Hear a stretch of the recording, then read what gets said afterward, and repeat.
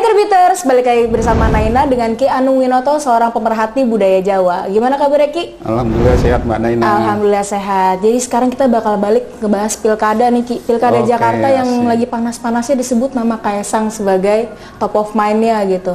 Nah menurut Ki Anung tuh gimana tuh? Ya menurut saya dia termasuk yang banyak disebut bintang baru di kancah pilkada ini.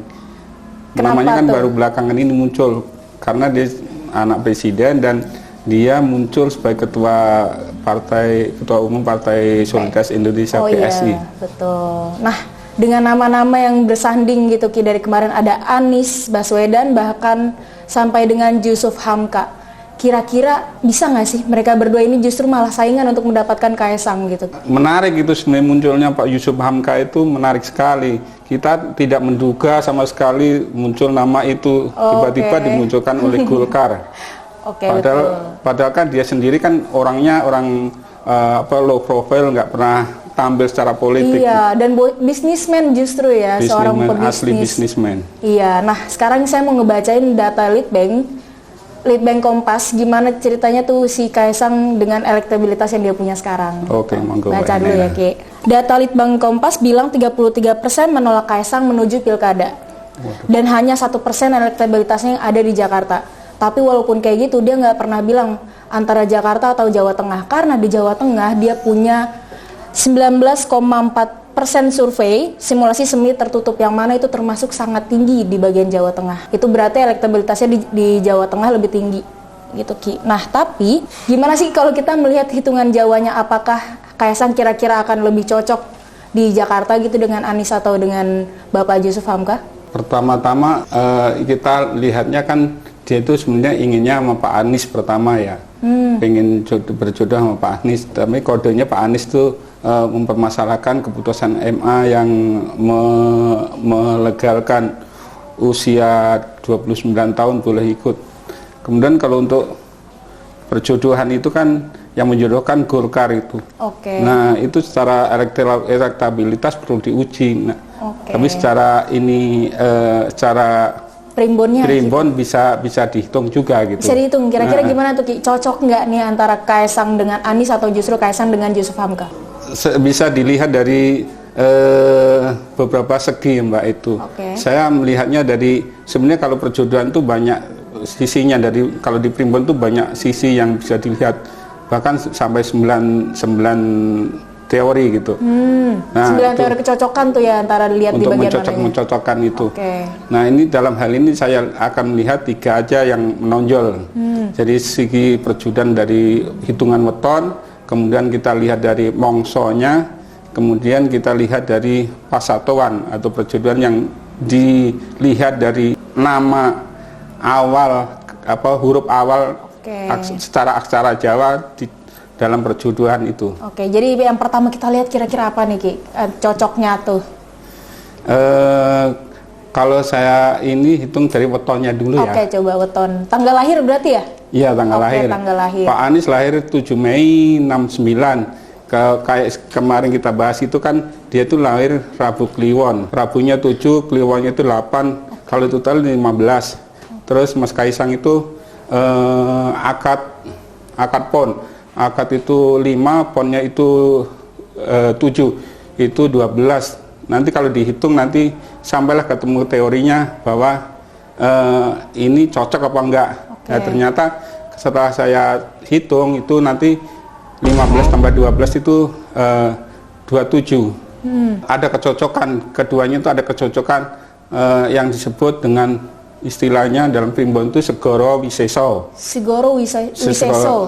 Segoro wiseso itu kalau keduanya berjodoh, dijodohkan, dia nanti akan punya wibawa, akan nanti keduanya bisa kerja hati-hati dalam mengambil keputusan dan sangat teliti gitu. Melengkapi. Jadinya nih antara si tanggal 27 ini jadi melengkapi gitu. Itu dari segi apa itu dari segi weton itu hitungan weton. Oke. Lanjut Ki, kemana nih kita ngelihatnya? Kemudian dari segi Pak Yusuf kalau dijodohkan dengan Mas Kaisang. Iya.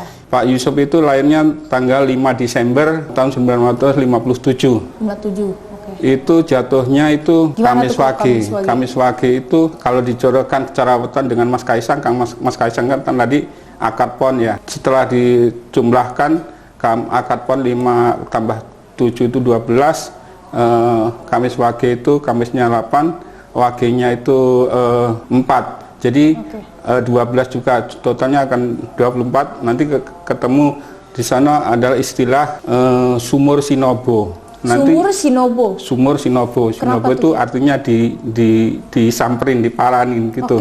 Nah artinya nanti jadi pasangan ini akan jadi tempat orang-orang bertanya atau tempat adanya ilmu pengetahuan gitu. Baik. Sumber pengetahuan untuk ditanyakan oleh masyarakatnya. Tapi di situ kan tampilnya lebih pasif gitu. Betul. Cocok juga, bagus juga, tapi lebih pasif. Beda dengan Pak Anies sama Mas Kaisang yang Segoro Wiseso itu tadi. Kelihatan lebih aktif berarti ya, lebih kalau aktif. Anies dengan Kaisang gitu. Nah, kalau selesai dengan tanggal, ada lagi Ki, ada 9 nih tadi. Terus apa lagi yang mau kita lihat? Yang Mongso itu tadi. Pak Anies itu kan dengan Rabu Kliwon itu masuk ke Mongso Desto. Desto itu ke-11 gitu kan. Ke-11 bulan apa kalau zodiak itu yang zodiak apa itu yang bulan 11 itu. Oh iya ada 11 itu kalau pokoknya itulah ada. Nah itu terus saya lupa. Kalau Mas Kaisang itu masuknya ke Mongso Kapitu. Nah itu ternyata keduanya itu ada kecocokan gitu dalam segi dari segi kalau disebutkan dari persahabatan, untuk bersahabat cocok, untuk perjodohan juga cocok gitu. Cocok ya. Pada intinya dia saling melengkapi aja nih dengan si tanggalnya Anies dengan Mas Kaisang. Nah kalau giliran saya lihat dari segi Pak Yusuf Hamka dengan Mas Kaisang itu ternyata beda sekali, nggak nyangkut sama sekali di situ, nggak ada. Dari segi Mongso itu nggak ada ini. Nggak ada hubungannya gitu, kepisah aja intinya. Nggak ada yang cocok itu. Kenapa tuh bisa kayak gitu? Ya emang hitungannya seperti itu. Kenapa? Maksudnya kayak apakah tanggalnya nggak cocok atau bulannya nggak cocok? Mas Anies itu cocoknya sama orang yang lahir Mongso Katelu, Kapitu. Kalau Mas Kaisang juga gitu. Sama. Kalau justru Mongso Katelu ke Destok, terus dan Kapitu, Kasongo, Kapat. Nah kalau Pak Yusuf itu cocoknya dengan orang yang Mongso Sadoso. Sadoso itu tahu nggak? Apa Sadoso itu 10, dasar kan 10. 10 tanggal itu ya? 10 Mongso 10 ke zodiak. Nah, terus cocok lagi Pak Yusuf itu masuk orang Mongso K6. K6 itu 6.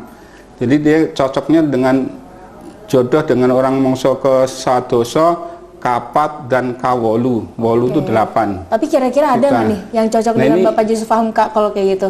Nggak ada yang cocok ini. Pak Yusuf Hamka sama dengan Mas Kaisang itu nggak cocok itu. Tapi kalau politikal yang lain ada nggak? Atau tokoh-tokoh? Dari reaksi kemarin kan kayaknya Mas Kaisang itu nggak begitu respect itu ketika dijodohkan Pak Ketua Umum Golkar Pak Erlangga itu kan mengajukan nama Pak Yusuf Hamka itu kan mengejutkan itu. Dari ceritanya Pak Yusuf Hamka itu sendiri kan waktu wawancara kan dia menceritakan bahwa tiba-tiba saya tuh disuruh pakai jaket kuning, terus ikut rapat itu ada tamu, ternyata tamunya Mas Kaisang gitu. Terus di pas menjelang akhir pembicaraan tiba-tiba saya ini diumumkan ini jago dari Golkar Pak Yusuf Hamka, ini tokoh infrastruktur gitu.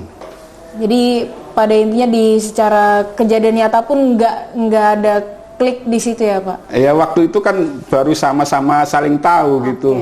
Terus dari Mas Kaisang sendiri beberapa kesempatan berikutnya dia belum beri komentar apapun. Oke, nah berarti ini sekarang udah 2, berarti ada lagi yang lain dari 9 metode. Memang nggak saya sebutkan Nggak 9 semua, ya. oke, nggak semua, tapi satu lagi aja saya apa sebutkan. tuh? Satu lagi. Dari segi yang pasatuan yang pakai huruf Jawa itu. Oh, nama, sesuai nama. Yang ini dari huruf Hono Coroko Doto Sewolo. Nah, Pak Yusuf Hamka itu kan kalau orang Jawa bacanya dari bukan huruf J ya. Yusuf Hamka itu dari Y ya. Yusuf gitu jadi. Kalaupun di ini Jawa sekarang sama itu. Podo Joyonya, satu larik kan itu. Joyonya, Podo Joyonya. Kalau Pak Anies, kalau sama Mas Kaisang itu satu garis, nggak yang belok gitu. Enggak berseberangan ya. Anies kan kalau Jawa ditulisnya Hanis gitu ya. Hono Coroko Ko Kaisang Ko. Jadi satu garis. Itu cocok banget. Itu istilahnya kalau Jawa kan nunggal kraton mulya. Oh, apa tuh Pak? Istilah nunggal apa kraton, satu kraton mulya.